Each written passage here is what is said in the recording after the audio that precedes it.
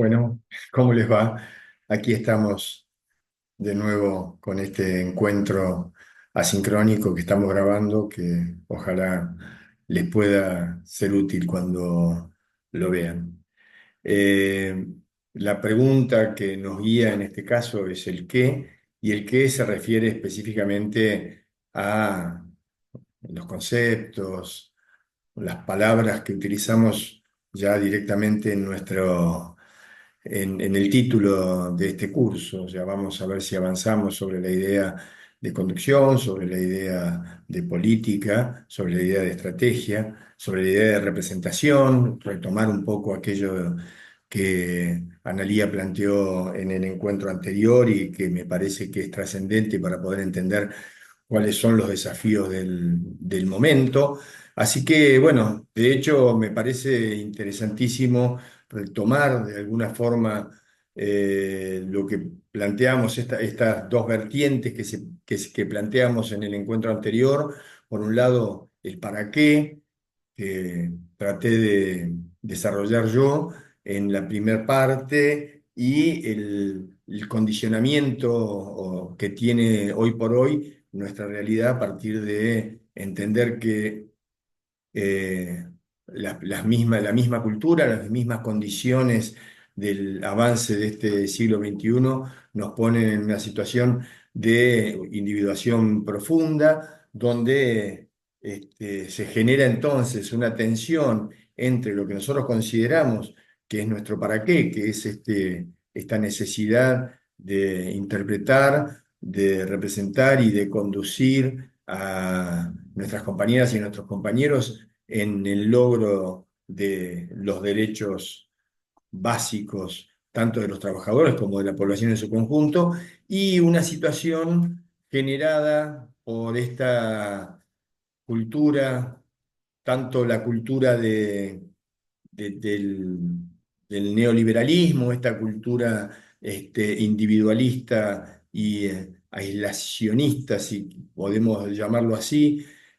producto no solamente de algunas victorias hegemónicas de eh, digamos, de los sectores de poder, sino también esta irrupción de modalidades de comunicación a través de las redes sociales que han generado una distorsión y una pérdida fundamentalmente en el caso de la identificación con el otro a través de este aislamiento producto de estar supuestamente conectados pero no estar vinculados y tener la posibilidad de prender y apagar esa conexión. Me parece que este doble juego nos pone en una situación muy, eh, digamos, trascendente en este momento, porque si nosotros hiciéramos caso a los agoreros de la imposibilidad de transformar esta situación a través de nuestra actividad política, bueno, nos iríamos a casa, pero no le vamos a dar ni un tranco de pulga y vamos a seguir convencidos que nuestro proyecto político, nuestro proyecto social, aquel que incluye a todas nuestras hermanas y hermanos, no solamente los de nuestro pueblo, sino los del mundo entero, obviamente va a triunfar en tanto nosotros consigamos interpretar desde nuestros propios acervos, desde nuestra propia convicción, desde nuestra propia formación, los momentos políticos que estamos viviendo y sobre esos momentos políticos generar las políticas adecuadas que nos permitan recomponer, que nos permitan aumentar nuestra capacidad de acción, que nos generen un aumento de poder. Y bueno, esto en realidad obviamente no es una cuestión sencilla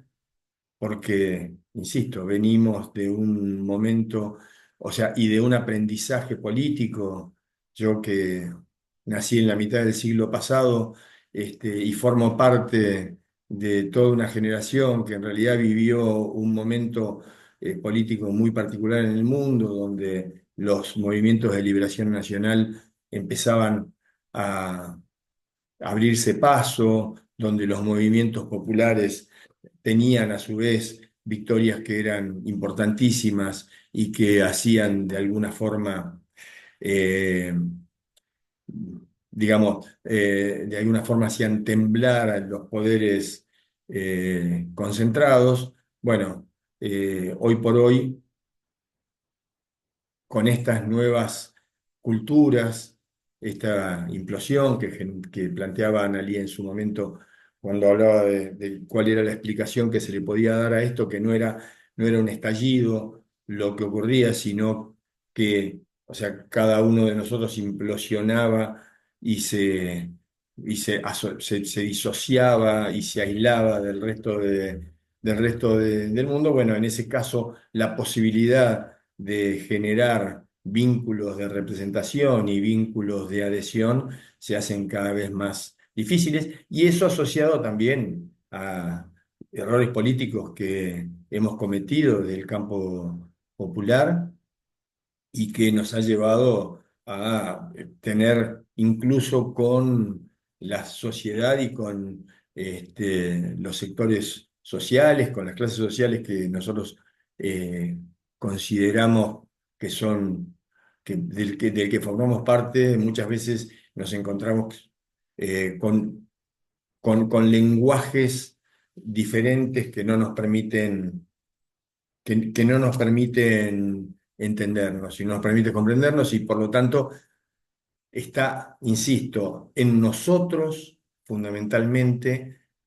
avanzar en la comprensión del momento político en el que estamos, del momento cultural en el que estamos, para generar las estrategias que nos permitan revertir esta situación, pero para eso debemos, debemos pensar novedosamente. Debemos entender que tanto la política como la estrategia, como las tácticas, que bueno, de eso es de lo que vamos a hablar en este encuentro, deben estar siempre, para que sean tales, deben estar siempre adaptadas al mundo que nos circunda. Digamos, no podemos repetir nuestras propias eh, certezas que hoy por hoy, de alguna forma, la sociedad no las ha tomado, no las toma como propias.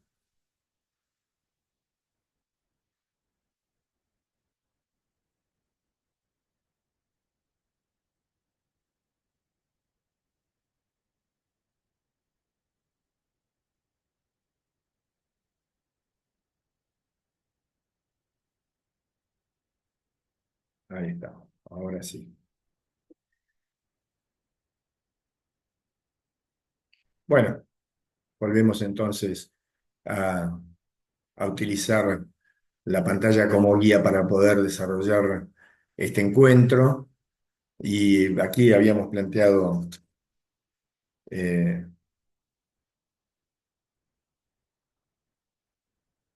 o sea, aquí cuando planteamos nosotros qué, insisto, nos referíamos específicamente a representación, que es lo que estuvimos planteando en el encuentro anterior. Permiso.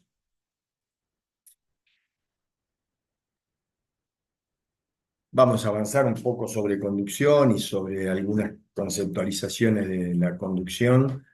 Eh, Vamos a ver si podemos también introducirnos en la idea de estrategia y fundamentalmente en la estrategia política, y para eso tal vez avancemos un poquito sobre la conceptualización de política, si bien, eh, como decía Eduardo Rinesi cuando presentaba su libro en la CTA, decía, es un poco grandilocuente de mi parte presentar un libro sobre política después de todo lo que ha planteado Aristóteles. Bueno, en nuestro caso, imagínense, digamos, si nos cuesta alcanzar el escalón de Eduardo Rinesi, bueno, muchísimo más nos costaría llegar a Aristóteles. Pero Dicho esto, y haciendo siempre la salvedad que lo nuestro no es, de ninguna manera pretende ser una intervención erudita ni generadora de conocimientos nuevos, sino fundamentalmente generadora del interés por conocer algunas de las líneas vinculadas al pensamiento estratégico, es que vamos a avanzar entonces sí en el desarrollo de estas conceptualizaciones. Siempre retomamos entonces que no hay qué si no hay un para qué, digamos, y esto es propio del humano, o sea, el humano, la naturaleza no tiene un para qué, la naturaleza tiene un porqué, o sea, la naturaleza no es prospectiva, la naturaleza genera las condiciones y esas condiciones producen las transformaciones que se producen. O sea, en cambio, el humano tiene siempre en en su accionar la idea de un para qué, digamos. Hay una visión de este para qué. Entonces, siempre los vamos a, a guiar por esta idea inicial de nuestro para qué, que es afianzar nuestro proyecto político y afianzar los derechos de las trabajadoras y los trabajadores, sean del espacio que sean, sean del sector que sean, sean trabajadores formales, sean trabajadores informales, sean trabajadores y trabajadoras desocupados y desocupadas. Todos aquellos que forman parte de nuestro campo son los que nosotros queremos interpretar y queremos, desde nuestro proyecto político, conseguir que no se les cercenen los derechos y que justamente sus derechos sean ampliados. Retomando lo del encuentro anterior, este para qué tiene las dos vertientes. Por un lado, nuestra expectativa, digamos, asumiendo nuestro para qué de formarnos para representar y conducir alguno de los colectivos, de los espacios, de las organizaciones que forman el campo popular para alcanzar nuestros derechos, por un lado, esto que decíamos el para qué, y por otro lado, insistimos que esto lo desarrollamos en un campo que es un campo donde hay muchos actores con diferentes cuotas de poder y que cada uno de ellos juega y que cada uno de ellos decide, y que cada uno de ellos también tiene su propio para qué, y eso es lo que finalmente nos genera la incertidumbre. Esto es un poco repetir lo que habíamos visto en el encuentro anterior, pero me parece muy importante que siempre que pensemos cada uno de los pasos que vamos a seguir, pensemos que este es el punto de partida siempre de nuestra concepción. El punto de partida es que estamos en un juego donde nosotros queremos efectivamente avanzar sobre nuestro proyecto político en función de defender a nuestras compañeras y nuestros compañeros del campo popular. Esto es lo que había planteado Analía en la segunda parte del encuentro del otro día. Literalmente, la representación es hacer presente aquello que está ausente, hablar en lugar del otro, reflejar una realidad. Eh, digamos, esta representación que hoy de alguna manera estaría en disputa o estaría en conflicto con esta idea de la implosión, esta idea de la multitud, esta idea que confrontaría con la organización que puede tener lo que se ha denominado un pueblo. De hecho, habíamos visto, bueno, Analía había planteado también algunas de las cuestiones que planteó Ernesto Laclau con relación a ello. Y también, digamos, podríamos eh, citar aquí del libro Conducción Política, eh, Perón planteaba o sea, la diferencia entre masa y pueblo, y justamente la diferencia entre masa y pueblo era la organización, el conocimiento y la participación activa digamos, en los proyectos que tenía un pueblo con relación a una masa que era, eh, digamos, que era un poquito más informe y que en realidad era la que de alguna manera generaba las condiciones para que se transformara en el pueblo. En ese sentido, bueno, eh, por otro lado, la Real Academia plantea todas estas acepciones vinculadas a la representación, eh, y en realidad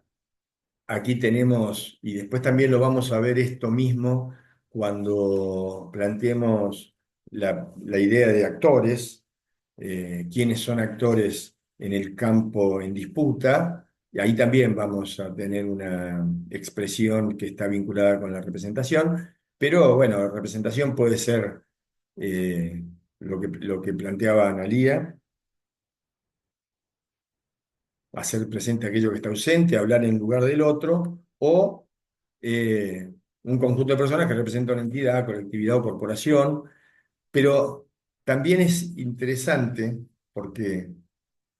en este momento también parece que tenemos diferentes formas de representación que, eh, digamos, esto que una representación es una obra dramática, y bueno, una representación eh, está formada por actores que dicen que son lo que no son y nos convencen de que son lo que ellos quieren que nosotros creamos que sean. Valga esto que es un galimatías tal vez, pero y también en forma de broma, muchas veces los que creen que nos representan o creen que representan a un país, en realidad están haciendo una representación muchas veces trágica y algunas tragicómicas. Un poco eh, digamos,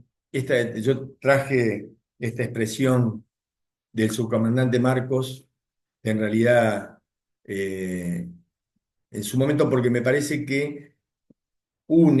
trata de hilvanar estas estos dos conceptos, el concepto de representación por un lado y el concepto de conducción por otro, cuando dicen mandar obedeciendo. O sea, mandar obedeciendo de alguna forma expresa esta conexión. Desde conducir, o sea, el mandar, si bien también vamos a avanzar sobre esta cuestión de qué es mandar y qué es conducir, pero, o sea, mandar obedeciendo es generar las políticas que en realidad salgan de la voluntad popular. Entonces, me parece que esta expresión, mandar obedeciendo, unifica de alguna forma la conceptualización de representación con la conceptualización de conducción. Me parecía interesante y siempre es grato escuchar o leer algo del subcomandante Marcos. Decíamos que esto nos daba pie para ingresar, para entrar específicamente en el tema de la conducción. Y bueno, acá también tomamos las definiciones que hace la Real Academia. Perdonen. Y conducir, si bien es transportar algo de una parte a otra, fundamentalmente es guiar o dirigir a alguien o algo hacia un lugar, o guiar o dirigir a alguien o algo a un objetivo o una situación. En este caso, el conductor político lo que hace es conducir a alguien o algo hacia un objetivo o una situación política. Eh, Hay si quieren ustedes, yo personalmente, y porque en muchos casos cuando uno busca, eh, digamos, las acepciones de la palabra líder, las acepciones de la palabra conductor, habría tal vez una tautología y parecería ser que conductor y líder son la misma cosa. Yo considero que no, considero que el líder cuando se refiere, o sea, específicamente a un líder carismático, eh, es diferente a la idea de conductor. El líder puede dirigir y conducir un, un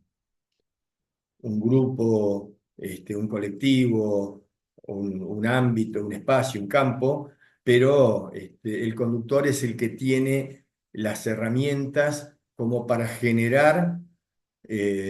las conductas, digamos, formalizar las prácticas, definir los caminos, definir las estrategias para llevar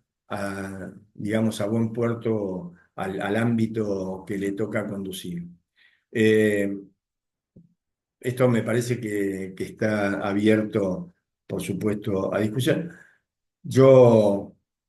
digo, no sé exactamente cómo es la palabra conductor en alemán, pero decididamente no es Führer. Führer es justamente eh, la, o sea, la traducción de la palabra líder. Y bueno, eso de alguna forma, aunque parezca ilógico plantearlo, digamos, desde la consecuencia, de alguna forma, me- o sea, por lo menos me predispone mal a utilizar la palabra líder como el modelo de, digamos, de representación y de conducción de un colectivo. Prefiero, y esto es obviamente pura opinión, prefiero utilizar la palabra conductor. De hecho, esto es una expresión de Matus y tal vez mi prejuicio sea interpretar al líder como cabecilla, y Matus en el líder sin Estado Mayor, que está dentro de la bibliografía eh, que nosotros presentamos para este curso y que yo les recomiendo leer. Se lee muy fácil, está muy, o sea, escrito casi de forma hablada, así que les propongo, más que escucharnos a nosotros, leerlo, porque es muy interesante el planteo que hace justamente, porque ustedes van a ver, si lo leen, van a encontrar algunas diferencias, o sea, no tanto con relación a líder y conductor, él habla de liderazgo, pero sí, digamos, hay una crítica a la intelectualidad, y una crítica también a las conducciones colegiadas, pero es muy interesante. Me parece que eh, siempre mirándolo, por supuesto, con ojos absolutamente críticos, eh, releer este, este escrito de Matus puede ser interesante. O sea, y en este caso, Matus diferencia a tres figuras que podrían formar parte de lo mismo. Insisto, yo por alguna deformación propia he identificado al cabecilla con el líder y al político con el conductor, pero Matus dice, el cabecilla es un portador de necesidades. O sea, tiene una visión corta. O sea, solamente está alcanzado por reivindicaciones casi de la coyuntura, según mi interpretación. El político es un conductor que conoce el camino y quiero decir que todos los que estamos de alguna forma asumiendo una representación, tanto en el campo de lo político específicamente, pero también como en el campo de lo gremial y de lo sindical, somos políticos, digamos, porque también esta cuestión de denostar a través de las expresiones, los representantes, ahora sí, de los poderes concentrados, denostar la política y los políticos, también es una forma de denostar cualquiera de las formas de representación colectiva que se puedan generar. Por lo tanto, cuando yo hablo que el político es un conductor que conoce el camino, digo que cualquier representante de los intereses de un grupo determinado cumple la función de político. Y finalmente, lo que plantea Matus es que el estadista es un creador de caminos. Y me parece que aquí es muy importante, digamos, sabemos que específicamente no es fácil la aparición de estadistas, pero muchas veces en los ámbitos más reducidos tenemos compañeras o compañeros que sí entienden no solamente qué es lo que se ve después de la curva en este caso, sino de qué forma podrían, o sea, este, podrían diseñarse los caminos que nos lleven a, digamos, al lugar en el que nuestro pueblo merece. Me pareció muy interesante, insisto, recomiendo la lectura del líder sin Estado Mayor y ojalá después tengamos en el foro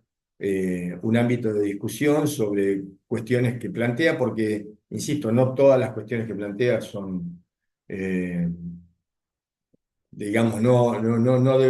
seguramente no vamos a adherir al 100% de sus planteos, pero hay muchos planteos que son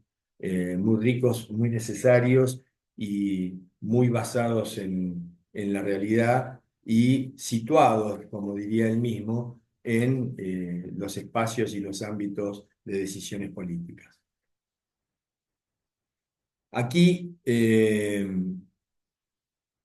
sería un planteo que yo haría sobre justamente la diferencia entre un líder y un conductor. Eh,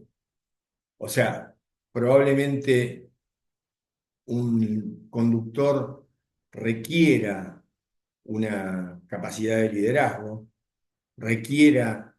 ser reconocido, este, digamos, como una autoridad, y una autoridad no en los términos del autoritarismo, sino en función de que él como autor de sus propias prácticas genera una identificación o sea, nos genera a nosotros una identificación con ese hacer con esa autoría y de esa forma tener su autoridad. Un ejemplo eh, que me parece emblemático es el ejemplo de Guevara en todo el proceso de la Revolución Cubana, que en realidad era respetado no solamente por sus ideas, sino porque cuando tomaba decisiones era el primero que iba al frente, y eso le generó y le genera hoy por hoy, incluso en la sociedad cubana, un reconocimiento que muy pocos lo han tenido. Entonces, la conducción sería, según este planteo, una combinación entre saber y poder. Y cuando digo combinación, lo expreso casi en términos matemáticos, o lo expreso en términos matemáticos, porque no es una suma, porque una suma puede llegar a un resultado este, interesante con alguno de los dos, eh, con alguno de los dos miembros de la suma, eh, digamos, en la mínima expresión, pero una combinación que es un producto de las dos, o sea, de estas dos condiciones, es máximo cuando son máximos los valores de cada uno de ellos. Bueno, no voy a hacer la explicación matemática, pero eh, lo considero una combinación, o sea, un producto y no una suma de estas dos condiciones, el saber y el poder. Decíamos, el poder como forma de liderazgo o a través de la autoridad que produce su propio accionar, y el saber, y esto, bueno, o sea, en realidad no lo leí, lo dijo una vez un docente en un curso que hice hace muchos años, pero el saber del conductor no es solamente el saber, y después vamos a ver que, bueno, de alguna forma Perón también lo plantea algo parecido, pero el saber no es solamente el saber erudito, el saber incluso el saber situado, sino es el saber, pero también el saber hacer, es decir, tener un anclaje entre lo que sabemos y cómo lo llevamos a la práctica, pero también y fundamentalmente en el caso de la conducción, esta idea de saber hacer hacer, es decir, saber cómo podemos orientar a quienes conducimos a que hagan lo que tienen que hacer. Me parece que estas expresiones son muy gráficas, muy prácticas y nos dan a los que en algún momento tenemos la responsabilidad de conducir un marco que nos permite después eh, dialogar con nuestros conducidos. El liderazgo y la autoridad, por un lado, como forma de poder, porque bueno, hay otras formas de poder, de hecho, hay poder coercitivo, hay otro tipo de poder que obviamente jamás van a legitimar una conducción, pero sí estos dos, y el saber, tanto el saber como el saber hacer, como el saber hacer hacer. Ojalá les haya resultado interesante este planteo, porque me parece que a los efectos de, insisto, eh, plantear la idea de conducción resultarían para mí muy valiosos. Esto les decía con relación también al saber hacer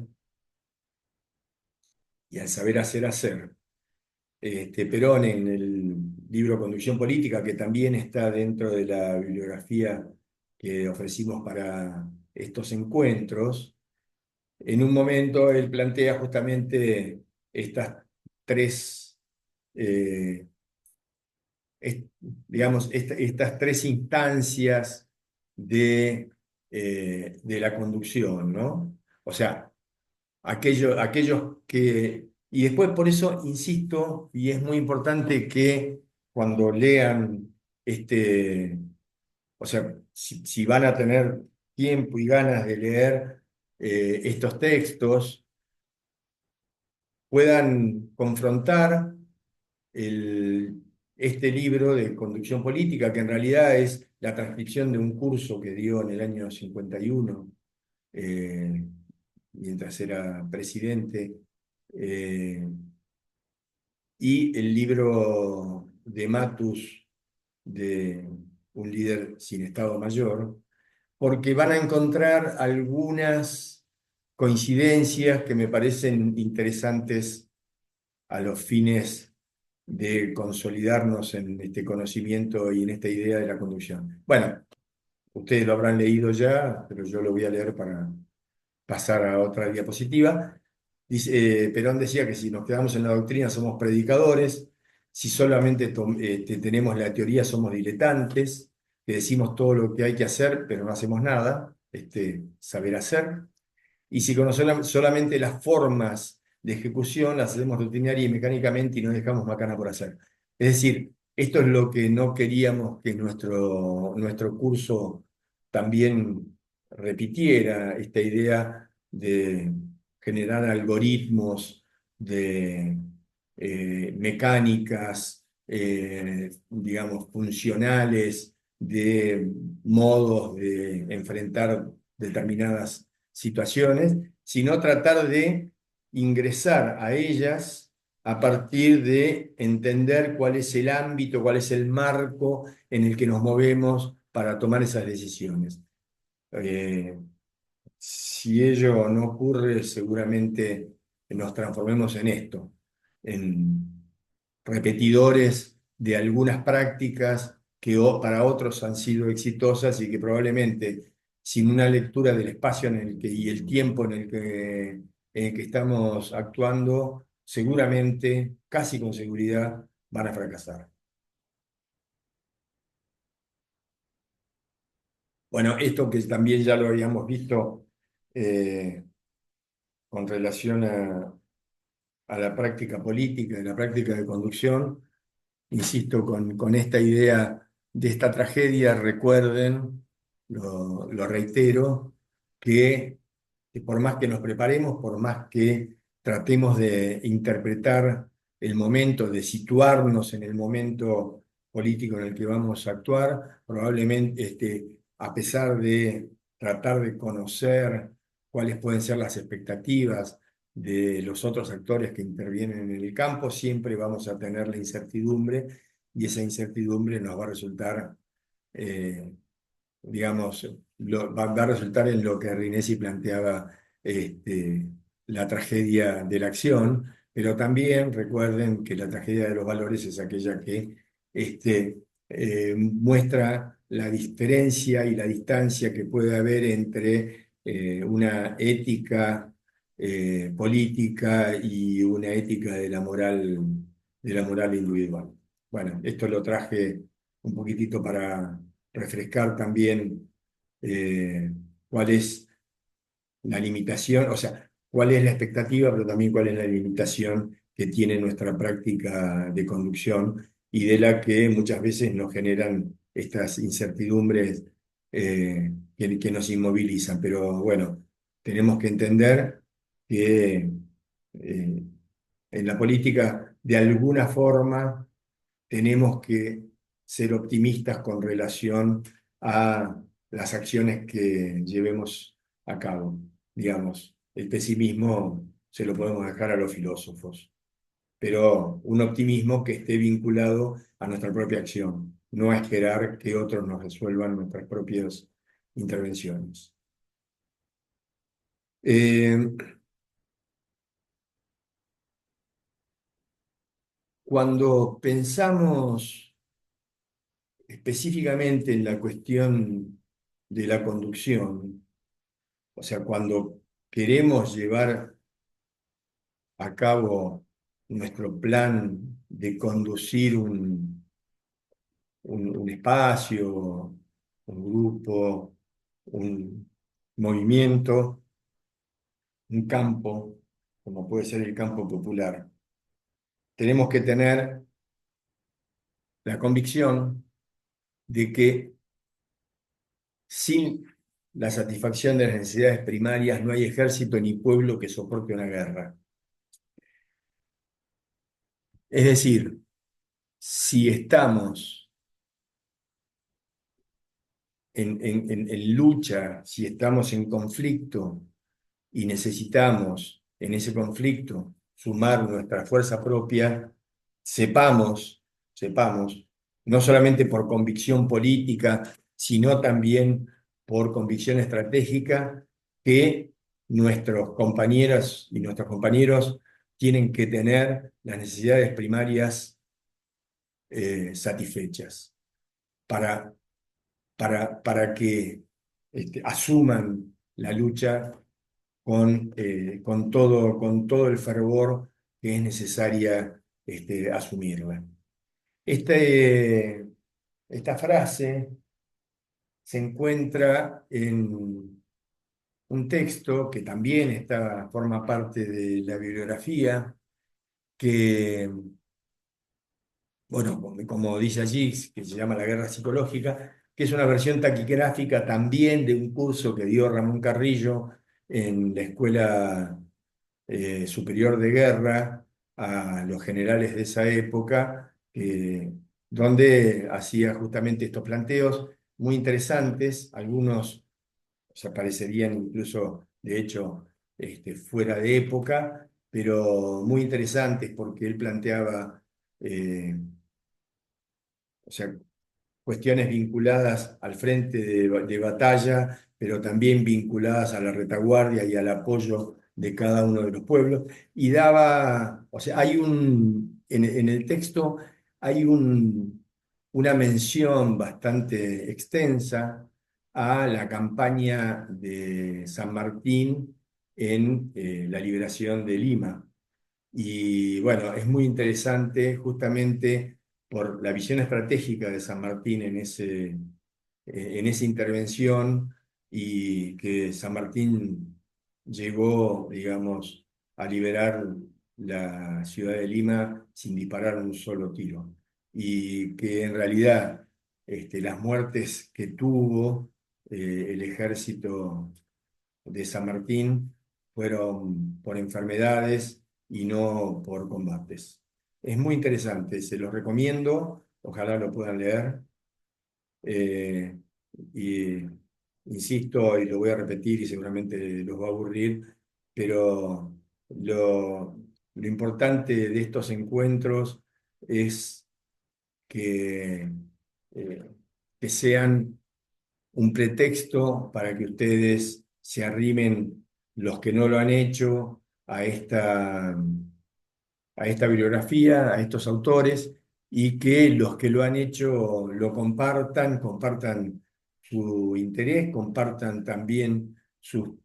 planteos, compartan sus interpretaciones de lo que estos autores han planteado.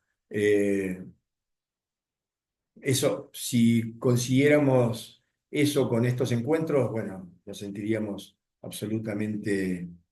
felices y, y completos, digamos, en nuestras expectativas.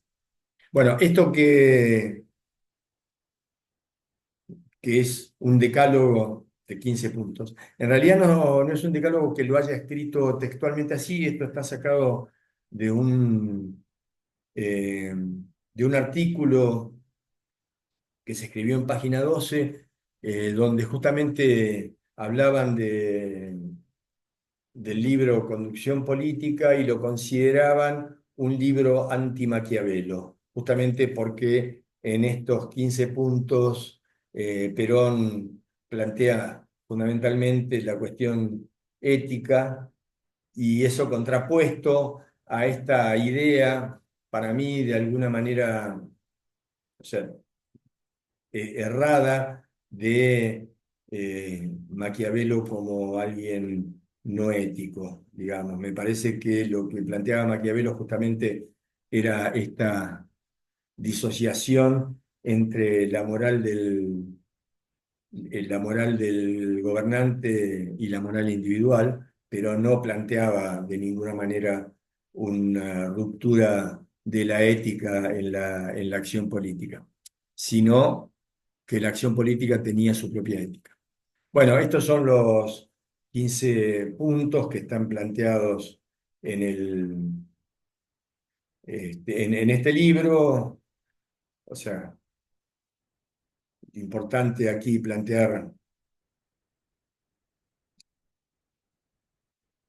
o sea, el conductor político nunca es autoritario ni intransigente, esto que decíamos un poco en general, eh, no debe mentir, debe ser un maestro, debe enseñar, esto me parece que es fundamental, generar los vínculos con nuestros conducidos de manera de que las interpretaciones de las acciones políticas sean lo más profundas posibles. Aquí hago un paréntesis y me voy del libreto, pero digamos también alguien que ha pensado mucho la cuestión de la educación popular, Paulo Freire planteaba justamente esto, ¿no? O sea, la diferencia entre un análisis crítico y una visión mágica es justamente la profundidad de la interpretación de las causas. Y eso no se consigue, digamos, por generación espontánea, sino que se enseña, se aprende, se comparte, se difunde, y me parece que cualquier conductor debe tener como, como eje, digamos, generar en sus conducidos un crecimiento en la comprensión de los momentos políticos históricos en los que estamos actuando. Bueno, el peligro de los cuenteros y los aduladores, eh, aclaro que yo soy peronista, pero dentro del peronismo esto, la verdad que tal vez él eh, se estaba ufanando de sus propias carencias, ¿no? Porque en realidad alrededor del peronismo hubo, lamentablemente, muchísimos cuenteros y aduladores.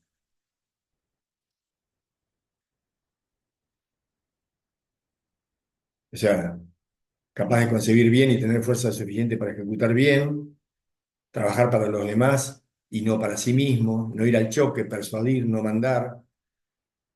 o sea, no luchar nunca en forma personal, debe ser bondadoso, es necesario el prestigio y cuando el prestigio se pierde es necesario retirarse. Eh, no, no voy a hacer aquí una disquisición de prestigio, prestigio no es una palabra que a mí me resulte tan valorativa, prestigio es llegar a una cima de forma rápida y bueno, de esa misma forma nos podemos caer. Me parece que esto lo plantea Mallea también en una novela, esta idea del prestigio y qué valor tiene como tal. Eh, y fundamentalmente competir por ser el más capaz y el más moral, me parece que esto es para todos nosotros una, un norte, digamos. Debemos siempre competir y y no mostrarnos como, sino competir por ser cada vez más moral y cada vez más capaz.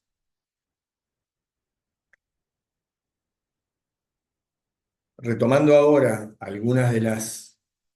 o sea, retomando finalmente el concepto de estrategia, aquí hay muchísimo para decir, hay muchísimo para plantear, porque eh, inicialmente la estrategia se planteó como el arte de dirigir las operaciones militares. El arte, dice la Real Academia, arte traza para dirigir un asunto y en un proceso regulable, conjunto de las reglas que buscan una decisión óptima en cada momento. Eh, la idea de estrategia, que insisto, está fundamentalmente tomada de Matus, refrendada por las lecturas de Sun Tzu y también por las lecturas, o sea, no muy profundas, quiero aclarar, eh, de Clausewitz. La, o sea, la estrategia en realidad es una herramienta para generar viabilidad a un propósito que nos hemos puesto de antemano. Es decir, volviendo al para qué, si nuestro para qué es nuestro proyecto político o nuestro para qué es, eh, digamos, generar las mayor, o sea, los mejores y más difundidos derechos para nuestras compañeras y nuestros compañeros, si ese es nuestro propósito, la estrategia es el camino en su conjunto que debemos llevar para poder alcanzar ese propósito. Ese camino que llevamos para alcanzar ese propósito está, o sea, está pensado, o sea, por diferentes pasos, diferentes momentos, diferentes acciones, que son lo que denominamos las acciones tácticas. Bueno, Matus, en este libro, Teoría del Juego Social, que también está dentro de la bibliografía y que también es muy revelador, por lo menos para mí, que lo he leído y releído un montón de veces. eh, para Matus, el cálculo de intervención social que toma conciencia de la existencia del otro para alcanzar el resultado perseguido. Esto es lo que él define como estrategia. Fíjense que aquí aparece concretamente el otro en nuestro campo de intervención. Entonces, la estrategia es de qué forma nosotros involucramos las expectativas y la acción del otro en la viabilidad de nuestro proyecto, ya sea el otro como eh, como un cooperador nuestro, como un aliado nuestro o como un adversario nuestro, digamos. Tenemos que tener en cuenta en nuestro pensamiento estratégico que no intervenimos ni del exterior del campo en el que estamos interviniendo, sino que estamos inmersos en él y muchas veces por esa inmersión en él dejamos de ver gran parte del campo en el que estamos, sino que a su vez en ese campo también están actuando, están interviniendo, están funcionando otros actores que tienen, algunos pueden tener expectativas y proyectos similares a los nuestros, otros pueden tener expectativas y proyectos diferentes, y lo que tenemos que entender en esta interpretación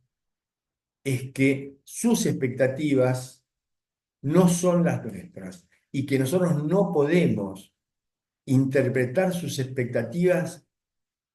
desde nuestras propias expectativas. Tenemos que entender que un mismo hecho que para nosotros tiene un valor determinado, para el otro actor puede tener un valor totalmente opuesto. Si nosotros creemos que el valor que nosotros tenemos es el mismo que tiene el otro actor, seguramente vamos a cometer un error muy grave en cuanto al planteo de nuestra estrategia. Bueno, Perón ahí en conducción, digamos, planteando esta idea entre táctica y estrategia, Perón planteaba que la estrategia busca dominar al adversario con la acción de conjunto y la conducción táctica prepara el éxito de la conducción estratégica. Es decir, la estrategia es, de alguna forma, el, con- el conjunto de tácticas que llevamos a cabo en nuestro arco estratégico forman justamente la estrategia, pero cada una de esas acciones tácticas está conducida por la estrategia. Creo que algo de esto planteó también Analía como diferencia de estos tiempos, donde planteaba que en la actualidad hay más un pensamiento táctico que un pensamiento estratégico. Nosotros no podemos perder de vista nuestro pensamiento estratégico, tenemos que pensar siempre en nuestra intervención en función de todo el arco que nos lleva a la consecución de nuestro proyecto, eh, y para eso tenemos que subsumir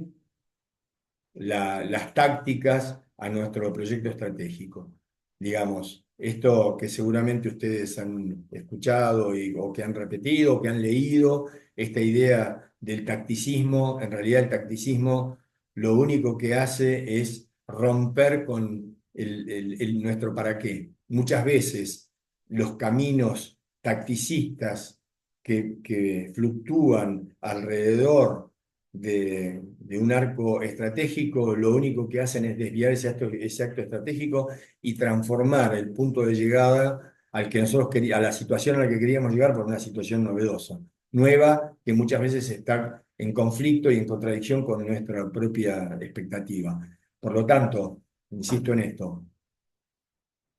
la, las tácticas tienen que estar siempre asociadas a un proyecto estratégico. Y ese proyecto estratégico siempre tiene que tener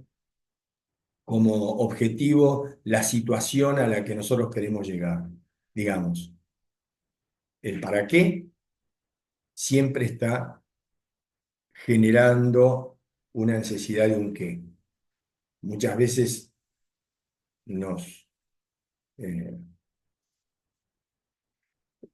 nos embriagamos del qué y en ese embriaguez del qué perdemos nuestro para qué.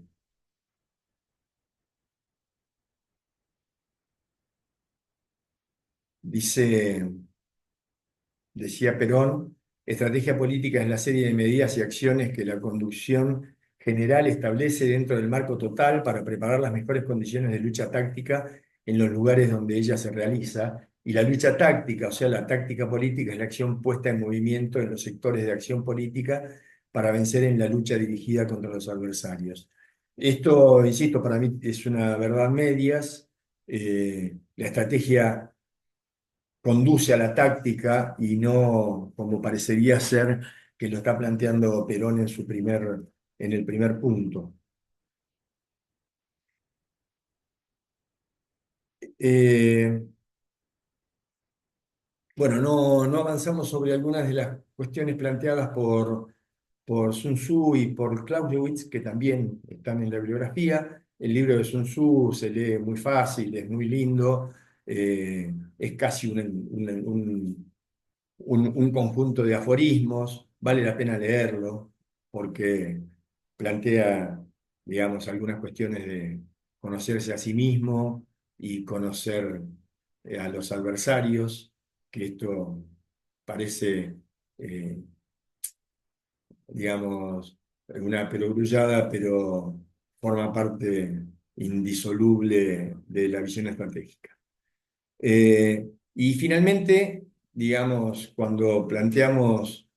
la idea de la política, que es el conjunto de orientaciones o directrices que rigen la actuación de una persona o entidad en un asunto o campo determinado, digamos, podríamos equiparar política con estrategia. O sea, si tenemos nosotros un proyecto político que está orientado por nuestra propia ideología, digamos, la política podrían ser los medios que nos llevan a concretar nuestro proyecto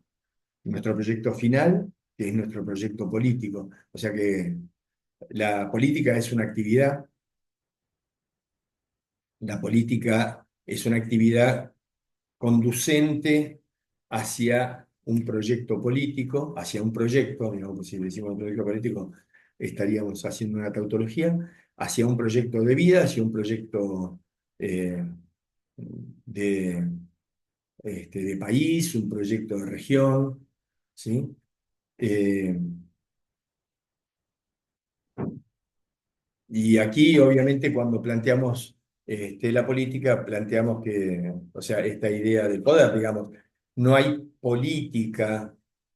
en tanto no haya una disputa por poder. Y aquí es donde eh, se encuentran las dos definiciones que vinculan política con guerra. Clausewitz decía la guerra es la política por otros medios, porque en realidad lo que estaba diciendo es que no solamente la confrontación, sino que la preparación de la confrontación, los caminos, las estrategias que hay que llevar a cabo para una batalla y a su vez para que esa sucesión de batallas nos lleven a ganar la guerra. O sea, se equipara bastante bien con la idea de la política, que también de alguna forma es una acción, una actividad estratégica que pone en juego tanto eh, nuestro propio capital, nuestras propias fuerzas, pero también nuestras debilidades, las fuerzas y las debilidades de nuestro oponente, en el caso de la guerra y en el caso de la política. Y Foucault, cuando planteaba esta cuestión del poder, digamos, Foucault invierte de alguna manera el planteo de Clausewitz, que dice, o sea, Clausewitz decía, la guerra es la política por otros medios, y Foucault planteaba a la inversa, la política es la guerra por otros medios, porque él planteaba que las situaciones que se alcanzaban cuando empezaba a intervenir la política estaban determinadas inicialmente por las acciones de fuerza, de guerra y por las asimetrías de poder que generaban las guerras o los conflictos eh,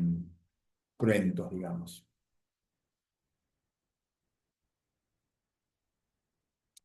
Eh, bueno, esto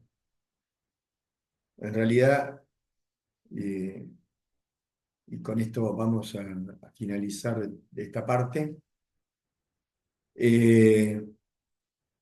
Esto en realidad es retomar el principio de lo que planteamos sobre el cambio de época. El cambio de época implica cambios de certidumbres, implica cambio de expectativas, implica transformaciones en la sociedad, implica fundamentalmente, eh, digamos, verdades diferentes. Fíjense que en ese trabajo de conducción política del año 52, digamos, esta transcripción del curso del año 51, cuando Perón planteaba el valor que había tenido o que tenía en ese momento todo su proyecto, eh, él consideraba que las tres banderas habían pasado a ser del acervo común de la sociedad en su conjunto y que la sociedad, el pueblo argentino, lo había tomado como propio al punto de que nadie, decía él, nadie puede ir en este pueblo contra la justicia social, contra la independencia económica o contra la soberanía. Y si van, peor para ellos. Bueno, eh, si nosotros nos anclamos en este momento político, parecería ser que esto que formó parte de las certidumbres de un pueblo hoy por hoy están en disputa al punto de que este, una parte muy importante de la sociedad, obviamente en el balotaje más del 50%, pero en en las elecciones generales casi un 30%, votó con un discurso que en realidad fue siempre contra estos tres principios. Por lo tanto, insisto, esto no es una mala onda, no es eh, una resignación, sino que es el motor que nos tiene que llevar a comprender que los momentos políticos cambian y que nuestras estrategias tienen que cambiar. No tienen que cambiar nuestro para qué, o sea, nuestras convicciones siguen firmes, pero tenemos que reinterpretar nuestras propias acciones políticas en función de las transformaciones. O sea, si yo lo digo personalmente, digamos, tendríamos que buscar la forma de que la justicia social, la independencia económica y la soberanía de nuestro pueblo formen parte de las necesidades y las expectativas de toda la sociedad, o por lo menos de una parte de la sociedad que pueda alcanzar un grado de hegemonía y que volvamos definitivamente a nuestra identificación como pueblo y a la necesidad de pensar en que nadie es feliz en soledad, diría Leonardo Fabio. Bueno, con esto cierro esta parte del encuentro. Les agradezco mucho, espero que les haya sido mínimamente entretenido, fundamentalmente, pero que sirva como puntapié para iniciar o para continuar o para revisitar eh, estas, estas ideas que han desarrollado los autores que nosotros le hemos incluido en la bibliografía y que seguramente de ellos aprenderán infinitamente más de lo que pudieron aprender en este encuentro. Les mando un abrazo enorme, muchísimas gracias por llegar a este final de esta parte y bueno, seguimos en contacto con los próximos encuentros. Ha sido un gusto y bueno, espero que para ustedes también. Que sigan muy bien.